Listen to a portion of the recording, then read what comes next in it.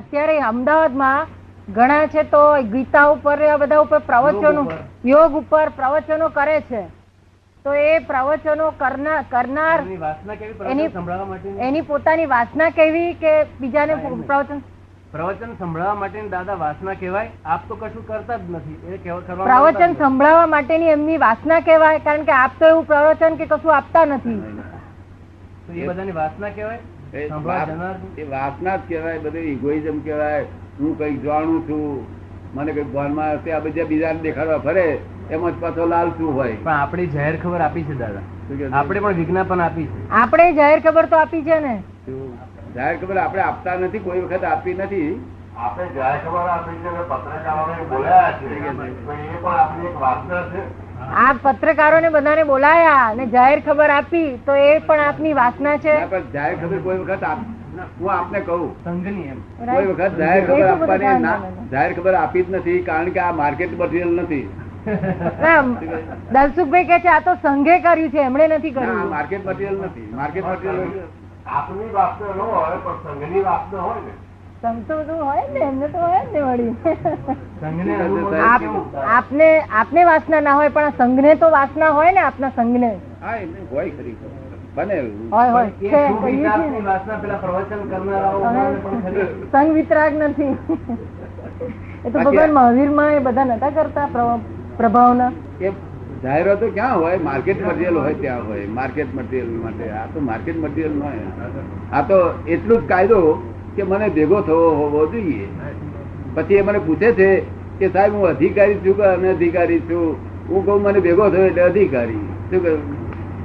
મને ભેગો થયો એટલે તું અધિકારી છું. તારે મોક્ષ જોઈએ તો મોક્ષ ની વાત કરે, નહીં તો દેવગતિમાં જો ચીઠી લખી આલું છું. ચિઠ્ઠી ચાલે જ ખરી દેવગતિમાં. બધું ચાલે ત્યાં એવો વ્યવહાર છે ચિઠ્ઠી નો, બધું ચાલે. ચિઠ્ઠી વિશે બધો વ્યવહાર. આપણા રાજમાં જે સિફારસ છે ને એના કરતા વધુ સિફારસ ભગવાન ને ત્યાં છે. એ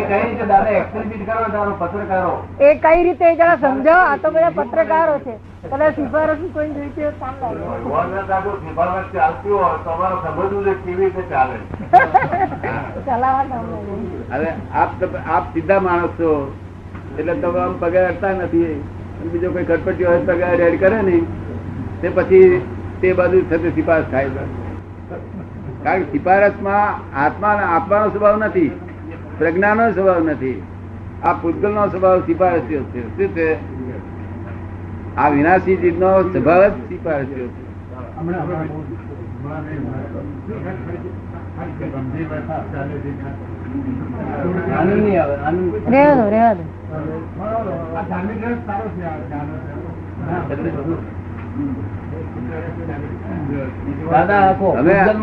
અમે આ જગત ને એક બહારના ફોરેનના સાયન્ટિસ્ટો જો બધા ભેગા થાય તો હું બધી વસ્તુ આપવા માંગુ છું કે મનનો ફાધર મધર કોણ હતા?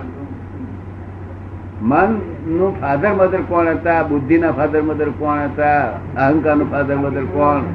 એ બધો ફોડ આપવા માટે માંગુ છું. આ બધા ફોરેનના જો સાયન્ટિસ્ટો ભેગા થાય તો, સાયન્ટિસ્ટો એકલી જ મારી વાત સમજે, બાકી તો ફોરેન નો કોઈ પણ માણસ સમજે નહીં. સાયન્ટિસ્ટો એકલા સમજે. હવે બીજા કોઈ આપણે અહીં બધા સમજે, આપણે અહીં બધા સમજે વાત. અને ત્યાં તો સાયન્ટિસ્ટો એકલા જ વાત સમજે, બીજા ના. એટલે મન શું છે? આખું જગત મનથી ફસાયું છે. આપનું વિરાટ સ્વરૂપ કયું એમ કે છે? વિરાટ સ્વરૂપ આપનું. વિરાટ સ્વરૂપ તો આ મારી પાસે બેસે અરે 1 કલાક પછી એને લાગે કે આ વિરાટ જ ભગવાન છે. શું 1 કલાક જ બેહો તો. અત્યારે આ કલાક નહીં, બીજો કલાક જે હું વિજ્ઞાન આપું છું એ કલાક બેહો એટલે તરત તમને બીજી અસર જ થઈ જાય. તમે નવી દુનિયામાં છો, પછી ચિંતા જ ના થાય તમને. તો હિપ્નોટિઝમ કરો, આપ હિપ્નોટાઇઝ કરો તો પછી હિપ્નોટાઇઝ વખતે 10-15 મહિનો 2 મહિના ચાલતું છે. આ 11-14 વર્ષના છે બધામાં. ભગવાન થઈ ગયા આપણે શંકર ભગવાન છે, કૃષ્ણ ભગવાન છે, જે ભગવાનો માનીએ છીએ એને માનનારો એક નાનકડો ભાગ તો આખી દુનિયા માને છે. જો તો ખરેખર આમાં એવું તત્વ દે તો આખી દુનિયા ભગવાન માને. આ તો આપણો સમૂહ છે, આ તો સમૂહ જ છે નાનકડો. એમ કે છે, એમનું કેવું એમ છે કે જે શંકર ભગવાન થઈ ગયા, કૃષ્ણ ભગવાન થઈ ગયા, એમને માનનારો આખું જગત છે અને આપને ભગવાન તરીકે માનનારું તો નાનું સમૂહ છે. એવું છે ને, મારે જરૂર જ નથી ને ભગવાન તરીકે માનવાની મારે જરૂર જ નથી. હું તો નિમિત્ત કઉ છું, હું તો બસ નિમિત્ત છું. શું છું? એટલે મારે કઈ જરૂર નથી આમાં. વિરાટ સ્વરૂપ એ કે છે આપનું સ્વરૂપ વિરાટ છે તો પછી માનવું જોઈએ ને. ના, એ તમને વિરાટ નો અનુભવ ક્યારે થાય કે તમે અમારી આજ્ઞામાં 2 કલાક રહો ત્યારે તમને વિરાટ નો અનુભવ થાય.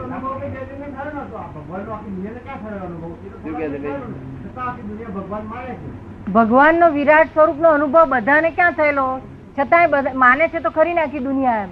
જગત તો બધું માને. જગત તો એમાં માનવામાં ચાલુ વહેણ છે, પરંપરા છે. એ પરંપરા માન્યતા એ સાચી માન્યતા નથી. પરંપરા માન્યતા એ સાચી માન્યતા નથી. હેલ્પ કરશે નહીં. પરંપરા માન્યતા હેલ્પ કરશે નહીં. કૃષ્ણ ભગવાન ભગવાન થઈ ગયા પણ હેલ્પ કરશે નહીં. તમારી માન્યતા જ રોંગ છે. શું છે? અત્યારે જો હાજર છે ને તો જ તમારું કામ થશે, નહીં તો કોઈ ભગવાન તમારું કામ કરશે નહીં.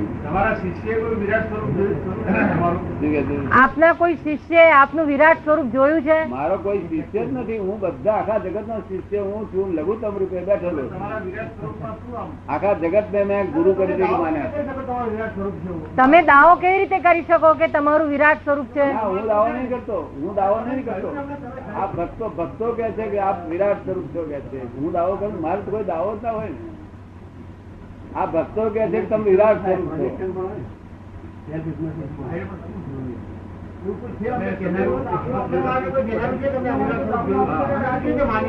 એ કે છે અમે કેવી રીતે માનીએ કે આ વિરાટ સ્વરૂપ છે? કોઈ જરૂર નથી. એ તો કે બધા લોકો આપણે માનવા જરૂર નથી. અમને કોઈ કહેતું નથી. તમે કહ્યું ત્યારે જ ખબર પડી જશે. ના, એ તો વિરાટ સ્વરૂપ આ લોકો માને છે એટલે હું કઉ છું વિરાટ સ્વરૂપ. બાકી મારે વિરાટ હોય કે ગમે તે હોય, મારે તો લઘુત્તમ ભાવમાં બેઠેલો છું એટલે મારે શું ભાવ કરે? આ પટેલ લઘુત્તમ ભાવમાં બેઠેલા છે, દાદા ભગવાન ગુરુત્તમ ભાવમાં છે. આ પટેલ લઘુત્તમ ભાવમાં છે. મોક્ષ અપાવવા માટે શા માટે પ્રયત્ન કરો છો? આપ મોક્ષ આપવા માટે શા માટે પ્રયત્ન કરો છો? હું પ્રયત્ન નહીં કરતો. આ મારી ઇફેક્ટ છે. ઇફેક્ટ આપની સમજમાં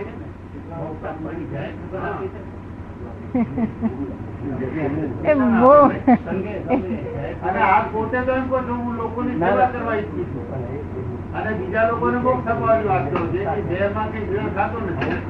એવું નથી કેતા. એમ કે છે કે આપ તો એમ કહો છો કે હું લોકોની સેવા કરવા ઈચ્છું છું અને બીજી બાજુ કે છે કે મોક્ષ આપવાની વાત કરો છો, તો કે આ બેનો મેળ નથી ખાતો એમ. મોક્ષ એટલા જ માટે કે જો તમને દુઃખ હોય સંસારનું અને દુઃખનો અભાવ કરવો હોય તો મારી પાસે આવો, નહીં તો તમારે જેમ કરો છો એમ કર્યા કરો. શું કહ્યું? અહીં કઈ મારી દુકાન નથી, હું ફી લેતો નથી એનું. આ તો તમને દુઃખ સહન ન થતું હોય તો આવજો. શું કઉ છું? તમને જો દુઃખ સહન ન થતું હોય તો મારી પાસે આવજો. પછી ચિંતા થાય તો મારી માથે જવાબદારી. શું કહ્યું? અત્યાર સુધી કેટલાનો મોક્ષ આપ? અત્યાર સુધી આપે કેટલાને મોક્ષ આપ્યો છે?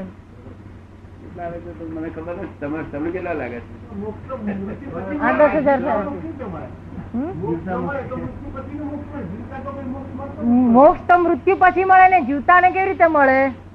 જીવતાનો અજ્ઞાન મુક્તિ એને પહેલો મોક્ષ કહેવામાં આવે છે. અને તે સંસારી દુઃખ નો અભાવ વર્ત્યા કરે. શું વર્ત્યા કરે? સંસારી દુઃખ નો અભાવ વર્ત્યા કરે. પોતાના સ્વાભાવિક સુખ નો સદભાવ ન હોય. તમારો મોક્ષ આવો મોક્ષ છે કેવડી કહેવાય? તો આપનો મોક્ષ આવો છે એમ પૂછે છે.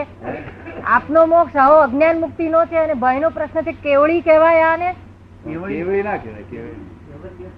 અમે કેવડી 360 ડિગ્રી હોય તેને કહેવાય. અમે 356 ઉપર છીએ. 356. 4 ઓછું કેવી રીતે દાદા? એ કહો.